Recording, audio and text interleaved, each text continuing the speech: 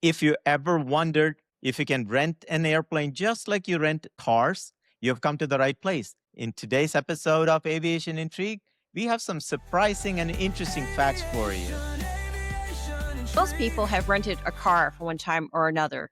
You show up to the rental place, maybe you've booked a car online, show your driver's license, check out the car, and drive away. So the question for today is, can you do the same thing with airplanes? As surprising and perhaps shocking as it may be, you can indeed do this. And in fact, there's a lot of similarities between renting a car and renting an airplane. We'll discuss a lot more about the differences and the challenges that are more specific to renting airplanes. Let's begin with the car rental. Let's say you take a flight, land at the airport, and you go to the rental car agency. You may have booked your car online, but either way, you show your credentials, take a look at the car, get in, and drive away. And at the end of your trip, you return it to the same spot. When you're using a rental car, though, you may have a choice of national or even international rental agencies or small local mom and pop shops. It's a little different in airplanes. Plus, you may have your own favorite rental companies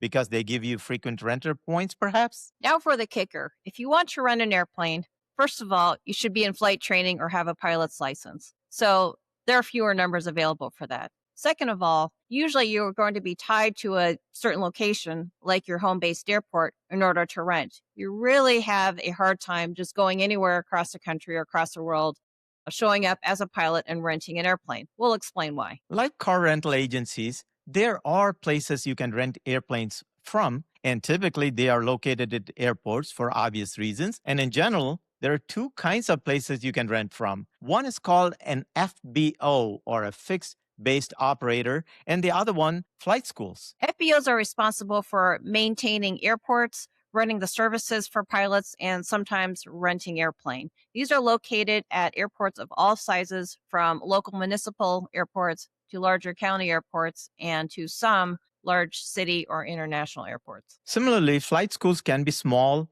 or large. There are national flight schools and there are some very local flight schools. And interestingly, people who take flight lessons at a flight school tend to rent airplanes from the flight schools that they trained at. So whether you rent an airplane from an FBO or a flight school, or sometimes it can be both, usually you're going to start out your flying career as learning to fly in a rented airplane. And some pilots go for a long time, even years after that, renting that same airplane that they learned to fly with because it works for them. So renter pilots often have to go through what they call as a checkout flight to fly with an instructor that belongs to that FBO or the flight school.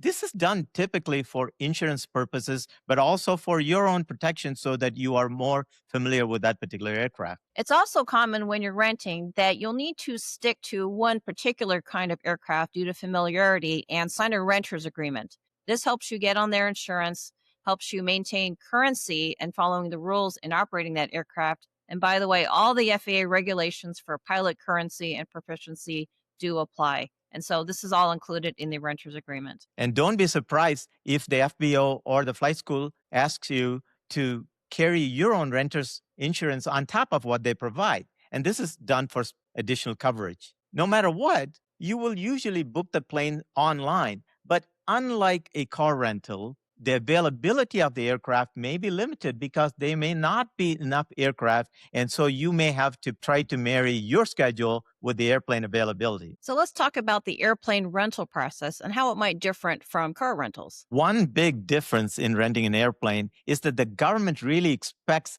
the pilot in command to be responsible for everything about the operation, no matter who you're renting from. That means that you have to verify all the documents, all the maintenance record, everything is up to date before you ever take a flight. And no matter what you're flying, whether it's rented or otherwise, all pilots are trained to do a careful pre-flight inspection of what they're about to fly, including checking fuel levels, oil levels, the overall condition of the airplane, and making sure that the aircraft paperwork, which is required to be on board, is present and the maintenance is all taken care of. On top of that, airplane rentals are measured by time with a special meter called a Hobbs meter that is located in the aircraft, and it ticks off every 10th of an hour and measures how long you've rented the airplane. All right. Are there any restrictions on where the pilots can fly the airplane? do they have to bring back the aircraft to where they originally rented it from? Let's take the second question first. Generally, if you rent an airplane, you have to return it in a specified period of time, usually, to the place you rented it from.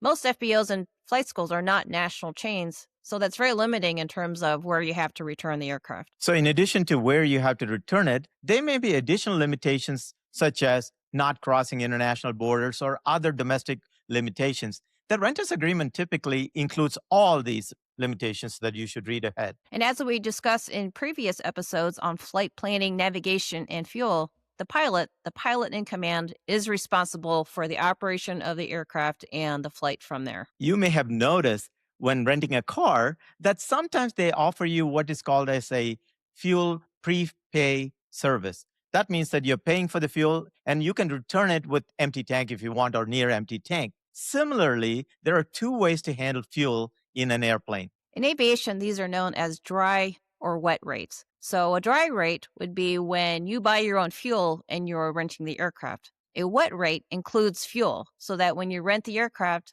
the fuel is included and you just order what you would like for the flight, and that is covered in your rental rate. So if you're renting under a wet rate agreement, and let's say you get fuel at an intermediate stop or at your destination, typically your renting firm will give you a reimbursement for the fuel receipt. But the catch is that they will use their local fuel rates to reimburse it. That means that your actual reimbursement could be higher or lower depending on the comparison rates. So, overall, it's fairly easy to rent airplanes and can be cost effective. So, in terms of renting versus owning, what are the pros and cons? The answer to this can be simple or very complex. To start with, you may not have a rental place near you, or the aircraft you choose may not be available, so you may not even have a choice. Owning an airplane, which is a goal of many pilots after they learn how to fly, is very different from renting.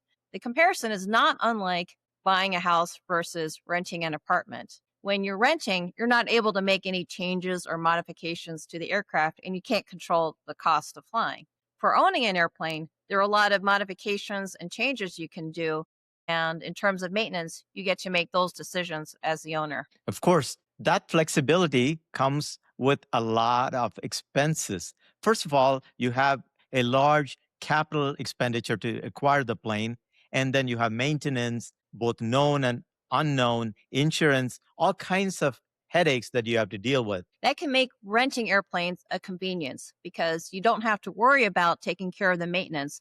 If something goes wrong or you have a defect come up while you are flying the airplane, simply report it to the flight school or FBO, and they'll be responsible for taking care of it. The general rule of thumb is that if you fly at least 100 or 150 hours in a year, that you are better off owning an airplane rather than renting. Of course, this could change widely for more expensive aircraft or bigger aircraft. And of course, bigger aircraft and expensive aircraft may not even be available for rent in any given area. There are a lot more considerations when you're comparing renting airplanes versus owning. So we'll talk about that in a future episode. So, did you know that it's very common for pilots to rent airplanes? Have you ever flown in a rental airplane? Share your stories in the comments.